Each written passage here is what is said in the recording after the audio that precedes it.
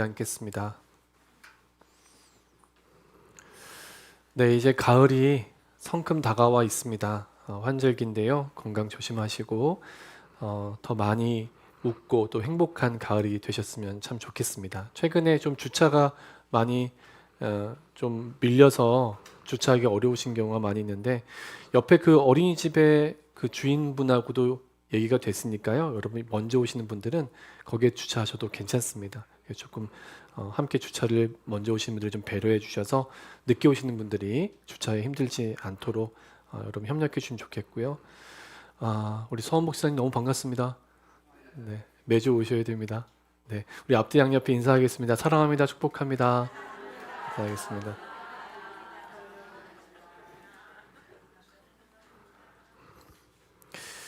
고집이라는 단어가 있습니다. 국립국어원이 펴낸 표준국어 대사전에 보니까 고집이란 단어는요, 자기의 의견이나 생각을 굳게 지켜 남의 의견을 따르지 않음이라고 정의되어 있습니다. 여러분은 고집이 있으십니까? 나는 고집 없어. 뭐 이런 분일수록 고집스러우실 가능성이 큰데요. 고집이란 말하고 굉장히 비슷한데 좀 더 센 표현이 아집이라는 표현이 있습니다. 고집과 아집 이렇게 같이 쓰이기도 하는데요.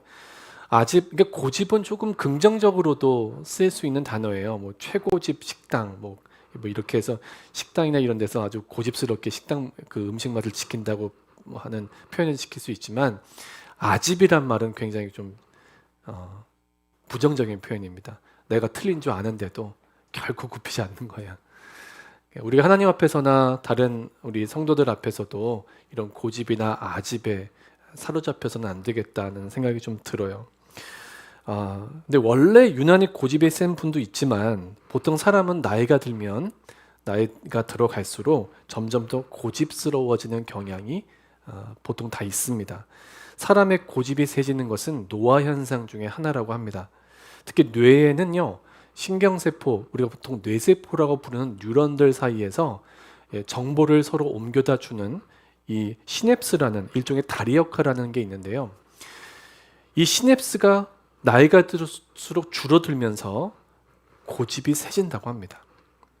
아주 어린아이의 뇌 속을 관찰해 보면 1초에 수백 개의 시냅스가 만들어진대요.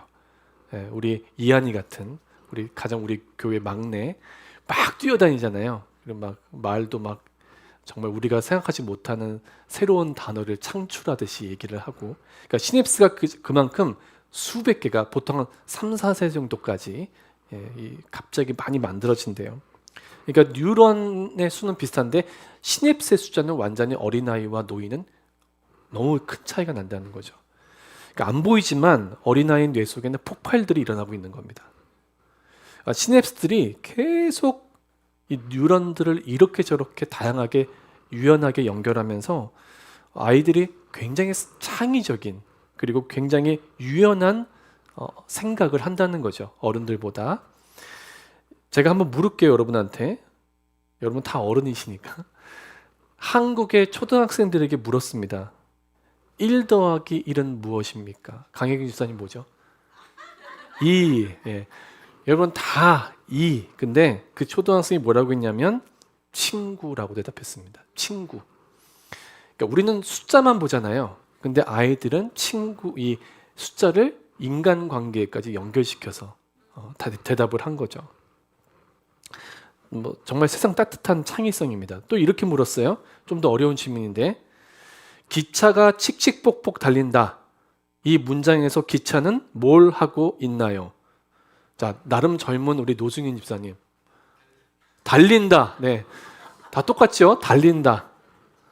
근데 초등학생이 뭐라고 했냐면 노래하고 있어요 라고 했어요. 네, 노래하고 있어요. 칙칙폭폭 칙칙폭폭. 이게 이제 어른들은 달리는구나. 근데 애들은 와, 노래하네. 완전 다른 거죠. 이만큼 창의성을 우리가 많이 잃어버린 겁니다. 나이가 들수록 고집스러워지고 유연하지 못하고 창의력도 떨어지고, 이게 이제 우리의 현실인 거죠. 그러니까 여러분과 저의 뇌 속에서도 언젠가는 이 창의성들이 굉장히 팡팡 튀듯 했던 적이 있고요. 좀 여러분 중에 그래도 연세가 들어가면서도 여전히 창의적인 분들도 물론 있기는 합니다. 근데 어쨌든 이 뉴런들 사이에서 시냅스가 자유롭게 연결되면서 다양하게 연결되면서 온갖 창의적이고 또 유연한 반응들을 만들어낸다는 게 중요한 거고요. 조금씩 나이가 들면서 시냅스가 줄어들기 시작하고, 그러니까 다리가 되게 많았는데 이제 다리가 몇 개 안 남은 거예요. 맨날 그 다리만 건너는 거예요. 정해진 통로로만 생각하니까 고정된 생각을 하는 거죠. 새로운 생각을 안 받아들이는 거죠. 그래서 새로운 생각을 하거나 받아들이지 못하고 생각이 딱 고정되는 이 경우가 신앙생활에도 영향을 준다는 겁니다. 사실 익숙한 것이 편하고 오래전부터 알아온 대로 내 생각이 옳다고 하는 마음을 갖는 것이 나이가 들면서 모든 사람에게 공통적으로 나타나는 경향입니다. 노화 현상이라고 했잖아요. 이거는 시냅스가 줄어드는 뇌과학적인 이유도 있지만 심리적인 이유도 있는 거예요. 점점 위축되는 거예요. 살면서. 세상은 너무 빨리 바뀌고. 여러분 조금 있으면 뭐 AI가 우리 세상을 완전히 새롭게 또 바꾸지 않겠습니까? 그러니까 이런 세상의 변화가 두려운 거죠. 그러니까 이전의 것들을 계속 고수하고 심리적인 위축감 속에 살아가고 있기 때문이기도 하다는 거죠. 근데 제가 신문 기사에서 우연히 읽었던 이 서울대 심리학과 곽금주 교수가 했던 이야기가 전 참 인상적이었습니다. 나이가 들어도 고집이 세지지 않는 사람이 있다는 거예요. 여러분 중에도 그런 분들이 있잖아요. 나이가 들어도 고집이 세지지 않는 경우가 특징이 있더랍니다. 그런 분들을 관찰해 보니까 첫 번째는 다른 사람 말에 귀를 기울이려고 하는 사람이래요. 자꾸 경청하고. 우리가 뭘 잘합니까? 다른 사람 말 끊는 거 잘하잖아요. 아니야, 내가 맞아. 뭐 이렇게 끊는 거 잘하는데, 그러니까 끝까지 경청하는 습관을 갖는 것 되게 중요하다는 거죠. 그리고 또 하나는 뭔가를 계속 새로 배우려고 하는 태도. 이게 그 사람을 고집스럽지 않도록 지켜준답니다. 그러니까 여러분이 노화가 되고 시냅스가 줄어들고 심리가 위축되고 뭐 이런 상황들이 벌어지는 건 다 마찬가지지만 태도가 열려 있으면 다른 사람 대화를 귀담아 듣고 나 얘기 끝났다고 딱 내 책 펼치지 말고 다른 사람 얘기 충분히 소켓되기가 중요해요. 다른 사람 이야기에 경청해주고 그리고 새로운 걸 자꾸 배우려고 하고. 그래서 장수하는 분들 보면요, 행복하게 장수하는 분들 보면 뭔가를 계속 배워요. 언어를 배우고 영어도 배우고 이렇게 배우는 걸 우리가 많이 보게 됩니다. 그러니까 가능하면 저도 여러분도 다른 사람 말에 끝까지 귀를 기울이려고 하고 나이가 들어도 계속 뭔가를 배우려고 하는 습관, 태도를 지키는 게 중요하다는 거죠. 그러니까 제가 저희 교회가 뭐 다음 세대 어린아이들이 누구나 올 수 있는 교회를 만들어 가야기도 하지만 이미 100세 시대를 앞두고 뭐 80세, 90세가 많아지는 이제 교회이지 않겠습니까, 앞으로? 그러니까 시니어 분들이 정말 행복하게 유연하게 또 열려있는 태도로 살아가는 일이 교회에서도 같이 훈련하고 또 같이 만들어가야 되는 분위기라고 생각이 듭니다. 여러분, 예수 믿는 사람이 고집대로 살면 안 됩니다. 자기 고집대로 살면요, 그 사람 신앙이 결코 유연해지지 않고 또 정말 하나님 앞에 올바른 태도로 나아가기가 어렵습니다. 오히려 나이 드신 분도 아닌데 굉장히 젊은 사람이 고집스러운 경우도 있죠. 그러니까 우리는 우리 고집대로 사는 사람들이 아니라 우리가 믿고 의지하는 하나님께 순종하면서 살아가는 사람들입니다. 특히 저와 여러분이 가장 집중해야 되는 건 하나님의 말씀을 잘 듣는 것이죠. 하나님의 말씀을 잘 들어야 순종도 할 수 있으니까요. 순종을 나타내는 가장 핵심적인 히브리어가 지금 보여드리는 샤마라는 단어입니다. 이 샤마라는 단어는 여러분이 이미 보셨던 단어예요. 신명기 6장 4절에 들으라 이스라엘, 쉐마 이스라엘, 여기에 쓰였던 단어입니다. 그러니까 이 샤마의 기본적인 의미는요, 듣는다, 귀를 기울인다, 이런 의미를 갖고 있습니다. 이게 순종이라는 단어의 가장 근원적인 뿌리가 되는 단어예요. 좀 더 나아가서는 이 샤마란 단어는 그냥 물리적으로 듣는다, 귀를 기울인다라는 태도만 의미하는 게 아니라요, 내 생각과 마음과 몸이 하나님 말씀에 적극적으로 반응한다, 이런 의미도 포함하고 있습니다. 제가 이렇게 고집과 순종에 대해서 말씀드린 이유가 있습니다. 오늘 본문에 나오는 아나니아라는 사람이요, 순종의 사람이기 때문입니다. 근데 제가 이 아나니아에게 이전보다 더 주목했던 이유는 이분이 정말 순종하기 어려운 일에 순종하는 사람이라는 생각이 들었기 때문입니다. 하나님이 이런 사람을 지금도 찾고 계시겠구나, 이런 생각이 들었어요. 먼저 10절 말씀 우리 스크린 보고 같이 읽을까요? 10절 말씀 시작. 그때에 다윗에게 아나니아라 하는 제자가 있더니 주께서 환상 중에 불러 이르시되 아나니아야 하시거늘 대답하되 주여 내가 여기 있나이다 하니, 제가 두 부분을 강조해 드렸는데, 먼저 다메섹에 있는 아나니아란 이름을 가진 제자, 그러니까 사울이 가려던 곳이죠.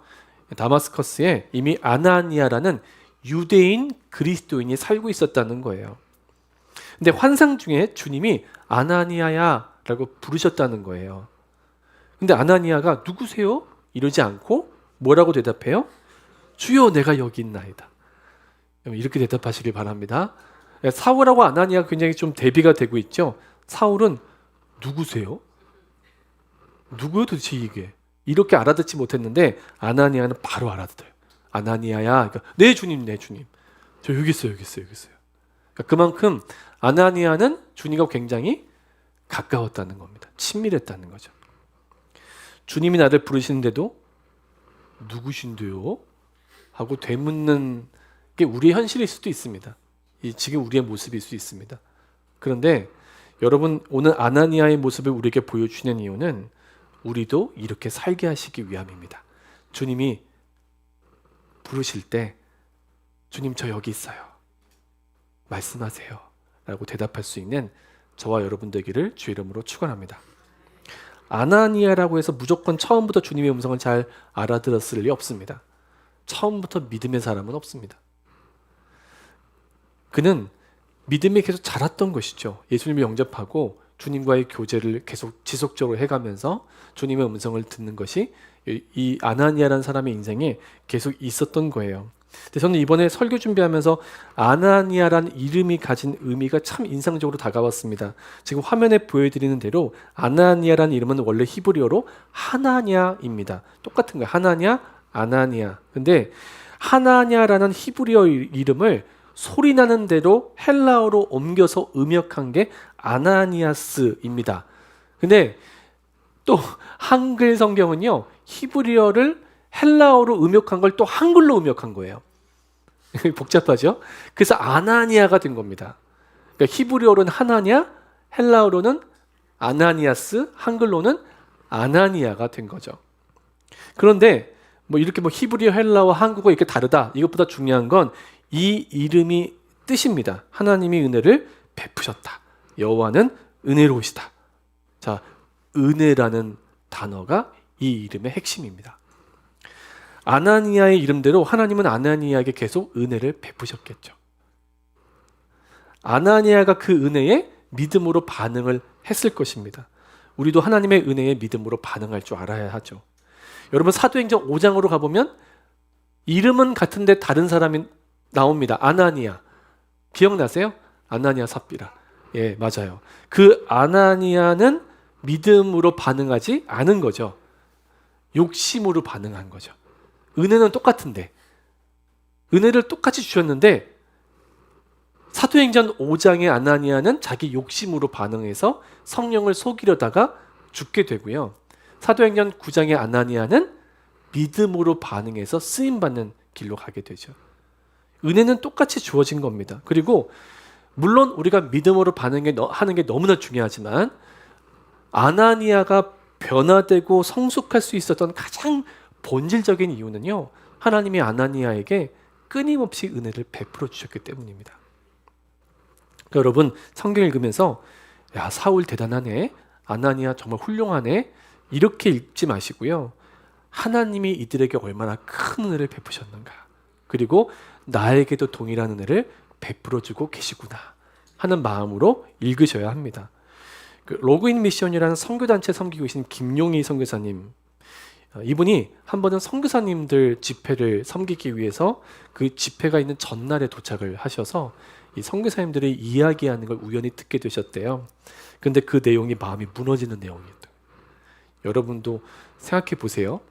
여러분끼리 모여서 하는 대화를 주님이 들으시고 주님의 마음이 무너질 수도 있는 거예요.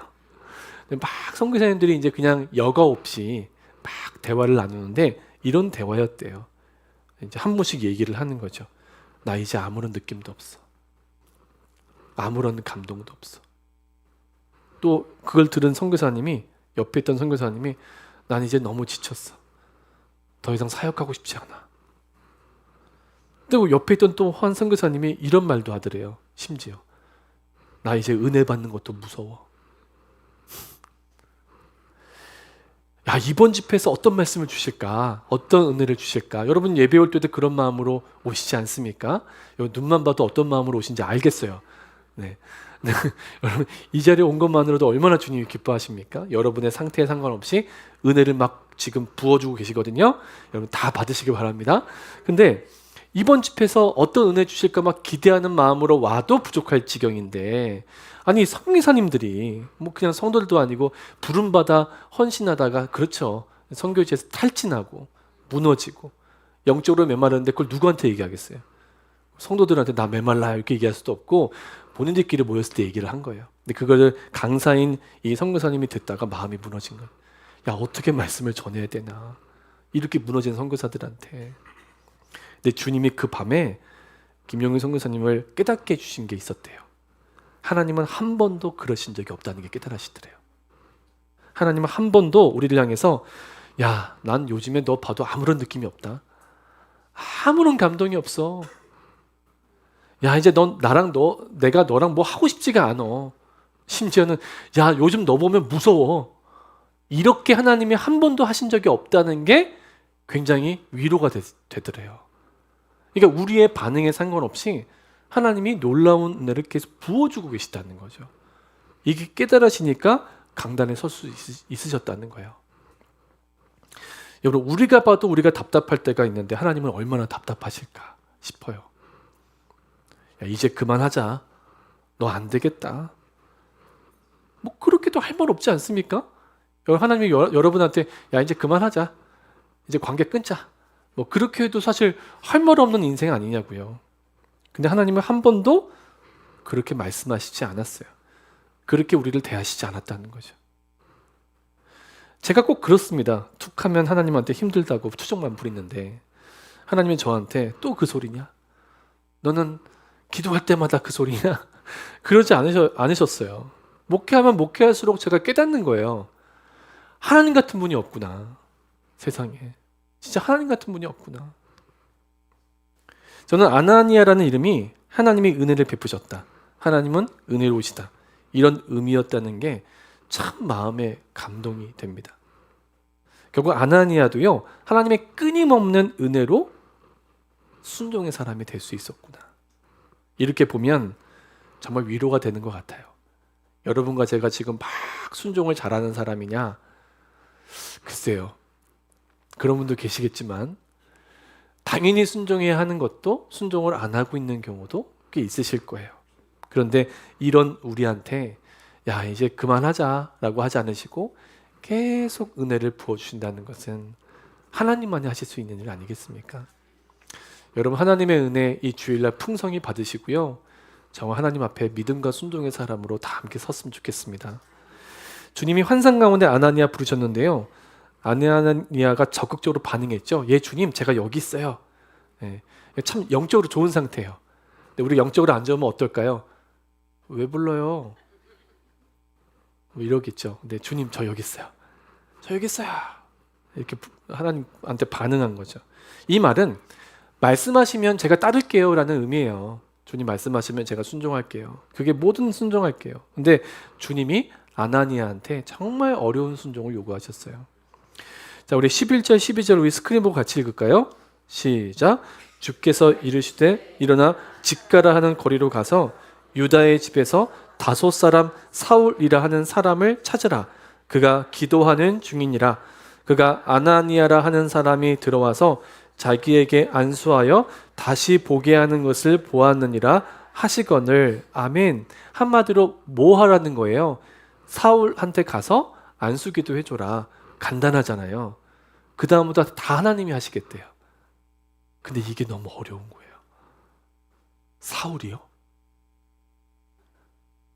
김 집사요? 그러니까 여러분이 다 다가갈 수 있는데 그 사람한테 다가갈 수 없는 경우가 있잖아요. 지금 이건 굉장히 심각한 겁니다, 여러분. 여러분이 지금 평소에 겪는 것 이상의 것이에요. 당시 그리스도인들 가정의 한 명쯤은 사울 때문에 잡혀가서 고초당하고 있는 거예요. 여러분, 다른 거 다 참아도 가족 건드리는 건 못 참아요. 여러분, 그쵸? 나 힘들게 하는 건 내가 참겠어. 근데 가족 건드린다? 목사가 그렇게도 못 참아. 여러분, 그게 우리 솔직한 심정 아닙니까? 근데 그 당시 얼마나 많이 잡아들였겠어요. 그리스도인 가정마다 한두 사람은 끌려가가지고 고초를 당하고, 여러분 이번에 그 이민 단속국에 붙잡혀서 막 묶여있는 한국 사람들 보셨죠? 그것보다 훨씬 더 했다고요. 아니, 발에다 그런 쇠사슬을 묶어놓고 막 뉴스 봐도 막 화가 나잖아요. 근데 그보다 더 심한 구금을 하고 그런 아주 악한 대접을 받았습니다. 내 가족이. 사울 같은 왼수가 없죠. 한 번도 만나지 않았어도 내가 그 인간하고는 절대 상종하지 않을 거야. 그런 마음에 들게 하는 게 바로 사울이었습니다. 근데 그 사울한테 가라는 거예요. 안수기도 해주래요. 13절과 14절 아나니아의 대답을 함께 있습니다. 시작. 아나니아가 대답하되 주여, 이 사람에 대하여 내가 여러 사람에게 듣사온즉 그가 예루살렘에서 주의 성도에게 적지 않은 해를 끼쳤다 하더니 여기서도 주의 이름을 부르는 모든 사람을 결박할 권한을 대제사장들에게서 받았나이다 하거늘. 닥치는 대로 그리스도인을 잡아다가 감옥에 넣고 있는 사람이 사울이었다고요. 가족 중에 한 사람 정도는 사울 때문에 감옥에 가 있는 형편이라면 이건 정말 쉽지 않은 거예요. 근데 그런 사울한테 가는 거, 안수기도 해주는 거, 보지 못하고 있는 눈을 뜨게 하는 거, 이건 정말 순종하기 어려운 일이었던 거죠. 눈 뜨게 해줬는데 눈앞에 아나니아 꽉 붙잡고 감옥 가면 어떡해요? 뭐 그런 두려움도 있지 않겠습니까? 이게 진짜 변한 게 맞아? 진짜 못 보는 거 맞아? 그 사람을 믿을 수가 없으니까. 아나니아가 오죽하면 망설였겠습니까? 이 사람이 영적으로 굉장히 지금 맑고 밝고 굉장히 깨끗한 사람으로 보이는데 그런 사람도 사울이요? 아, 사울은 좀 정말이요? 뭐 이렇게 반응했으니까. 주님, 뭐든 말씀하세요. 저는 뭐든 순종합니다. 이랬던 사람이 굉장히 망설여요. 그리고 굉장히 하기 어려운 순종에 직면한 것입니다. 저 사람 정말 심각한 사람인데 주님 아시면서 저를 그 사람한테 보내십니까? 근데 정말 감사한 건 뭐냐면 이때 아나니아가 마음의 문을 닫지 않고 주님의 음성을 계속 들어요. 하기 싫은 거거든요. 근데 주님의 음성 계속 들어요. 자, 망설인데 아나니아한테 주님 뭐라고 하셨는지 볼까요? 15절, 16절 같이 읽을게요. 시작. 주께서 이르시되 가라, 이 사람은 내 이름을 이방인과 임금들과 이스라엘 자손들에게 전하기 위하여 택한 나의 그릇이라. 그가 내 이름을 위하여 얼마나 고난을 받아야 할 것을 내가 그에게 보이리라 하시니. 아나니아야, 저 사울은 내가 택한 그릇이야. 이 한마디가 아나니아의 망설임을 끝장내버렸습니다. 이거면 되는 거예요. 이 사람 사울이 변했는지 누구도 개런티할 수 없거든요. 그런데 하나님이 내가 그 사람 선택했어. 내가 그 사람 구원했다. 내가 그 사람 쓸 거야. 라고 하시는 그 말씀을 믿고 주님이 하시겠다는데 주님이 하시겠다면 아멘이지 하고 대문을 박차고 나갑니다. 아나니아가. 지난 주간에 신앙생활을 오래 쉬고 계신 분을 잠깐 만났었는데 그런 말씀 하시더라고요. 다니던 교회에서 목회자 때문에 시험에 들어서 종교를 바꾸려고 했다고. 불교로. 여러분, 애틀란타에 전등사라는 절이 있더라고요. 가란 말은 아니고요. 있다고요. 근데 정말 거기도 가셨대요. 교회를 다니고 은혜도 받았었지만 시험에 들고 나니까, 상처가 있고 나니까 꼴 보기도 싫은 거예요. 교회도 목사도. 제가 이제 헤어지면서 예배를 꼭 드리시라고 권면을 해드리고 교회로 돌아오는데, 야, 이런 아픔을 가지고 교회를 쉬고 있는 분들이 많겠구나 하는 생각이 들어서 참 가슴이 아팠습니다. 여러분, 신앙생활 잘 하다가도요, 한 사람 때문에 큰 상처를 받고 나면 또 새로운 사람 만나는 게 두렵습니다. 사랑도 그렇지만 신앙도 그래요. 자신이 없어져요. 심하면 아예 신앙생활 새롭게 시작할 마음 자체가 없어질 수도 있는 거죠. 상처를 딛고 다시 신앙생활을 새롭게 시작한다. 이건 진짜 큰 용기가 필요합니다. 그래서 저는 믿음의 가장 비슷한 말이 용기인 것 같아요. 우리 교회도 오랫동안 교회 출석을 좀 하지 않으시다가 다시 용기를 내서 신앙생활을 시작한 분들이 계신데요. 어떻게 보면 그분들 마음 안에는 여전히 두려움이 있을 수도 있어요. 또 상처받으면 어떡하지? 정말 변화될 수 있을까? 이런 두려움과 염려가 있을 수도 있어요. 근데 저는 오늘 이제는 가족이 된 우리 모두와 함께 이 메시지를 붙잡고 싶은 거예요. 여러분과 저를 이 교회까지 인도하시는 분이 주님이시잖아요. 여러분이 그냥 마음대로 선택해서 온 게 아니라 주님이 불러주신 건 줄 믿으시길 바랍니다. 여러분, 그냥 온 사람 하나도 없어요. 주님이 다 불러주신 거예요. 그래서 교회는 오지 말아야 될 사람이 없는 거예요. 다 주님 불러주셔서 오셨다면 주님이 불러주신 일인데 주님이 각자를 책임져 주실지 않겠습니까? 목회를 하다 보면 아무리 말씀을 전하고 기도해도 아무런 변화가 없구나 하는 절망감이 찾아올 때가 있습니다. 그럴 땐 자책을 좀 하게 되죠. 이제까지 열심히 달려온 것 같긴 한데 어떤 사건이나 혹은 사람 때문에 이제까지 목회가 거꾸로 원점으로 돌아간 것 같은 느낌이 들 때도 있거든요. 한없이 무너집니다. 그러니까 느낌에 의지하기 시작하면 저도 완전히 무너집니다. 여러분이 그런 것처럼 느낌과 감정이 무너지면. 하지만 목회자인 제가 붙잡아야 되는 건, 제가 오늘 강단 위에 올라오기 전에도 기도했지만, 하나님, 저는 느낌을 믿지 않습니다. 저는 진리의 말씀을 믿습니다. 저는 감정을 믿지 않습니다. 주님을 믿습니다. 이렇게 제가 선포하고 올라왔거든요. 제가 그런 결단으로 올라와야 여러분에게 선한 영향력을 미칠 수 있다고 믿기 때문인 거예요. 그러니까 정말 제가 붙잡아야 되는 건 보이는 상황이 아니라 진리의 말씀인 겁니다. 제가 끝까지 바라봐야 하는 건 교인들이 아니라 변치 않는 주님이신 거죠.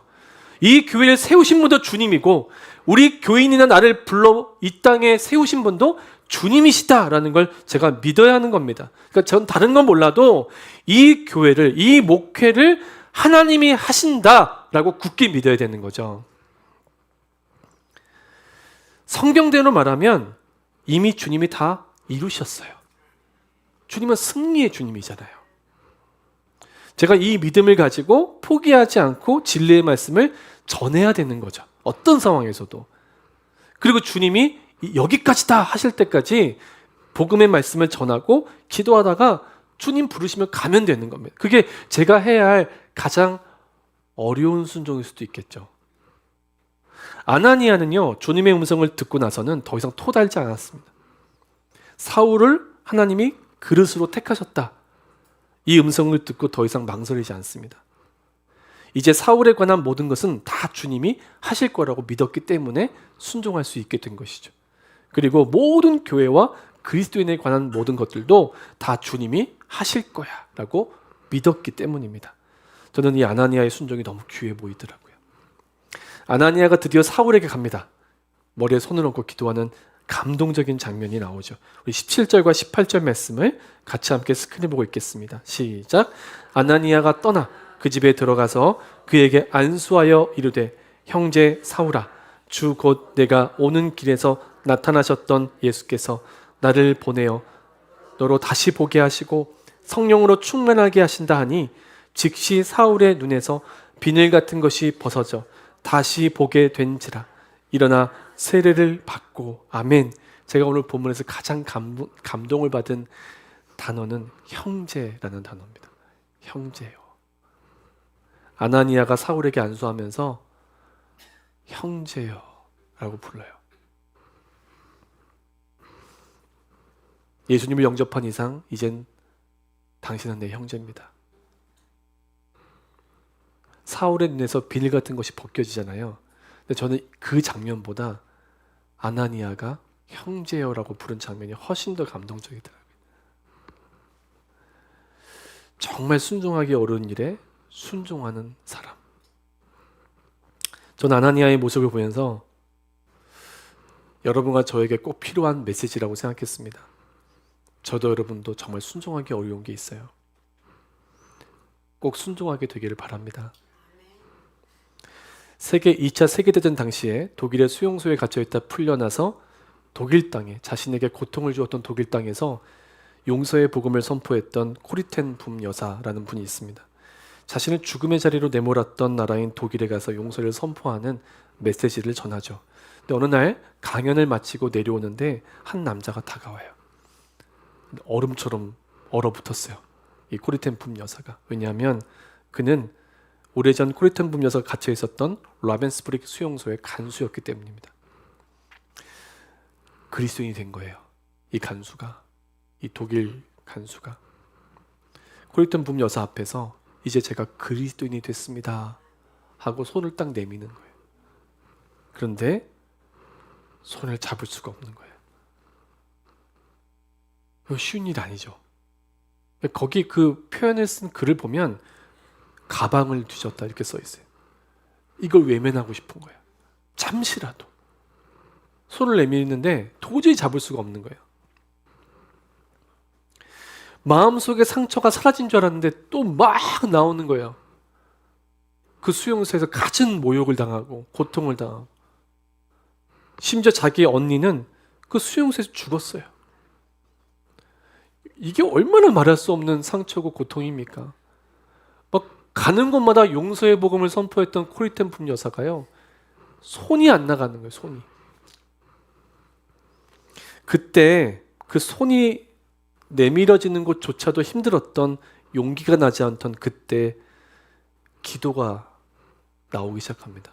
코리텐 붐 여사 안에서. 그 내용을 또 하이드 플레이스라는 그녀의 책에 이렇게 써놓았더라고요.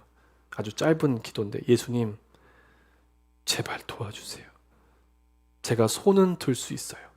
그건 제가 할 수 있는 부분이에요. 하지만 마음은 주님이 채워주세요. 이게 정말 자기가 할 수 있는 기도였던 거죠. 그러니까 감정이 아니라 의지적인 결단으로 코리텐 붐 여사가 손을 드는데 아무런 느낌이 없는 거예요. 하고 싶지 않은 거니까. 근데 그 간수와 손을 마주잡은 순간, 그녀의 책에 보면 이렇게 써 있어요. 그때 그녀의 어깨로부터 팔을 지나 간수와 마주잡은 손으로 전류 같은 것이 흘렀다. 이렇게 써 있어요. 그러니까 생각지 못한 일이 벌어진 거죠. 그때 코리텐 붐 여사는 처음으로 그 간수를 향해 당신을 용서합니다. 내 온 마음으로 라고 선포해요. 이게 그녀의 인생의 가장 중요한 용서의 순간이었던 거죠. 아무런 마음 없이 내밀었던 손에 주님이 마음을 부어주신 이 놀라운 사건은 지금도 수많은 기독교인들에게 중요한 도전을 줍니다. 순종하기 어려운 일에 순종하는 사람. 여러분, 이 설교 제목을 여러분 마음에 한번 새겨보십시오. 여러분에게 지금 가장 어려운 순종이 무엇입니까? 그리고 그것이 어떤 일이든 주님이 하라고 하시면 코리텐 붐 여사처럼 몸을 움직여 보시기를 바랍니다. 왜냐하면 나머지는 다 주님이 하시거든요. 사랑하는 여러분, 어려운 일에 순종하는 일에 여러분과 함께 나아가기를 원합니다. 같이 기도하겠습니다. 우리 찬양하고 기도하겠습니다. 주님 말씀하시면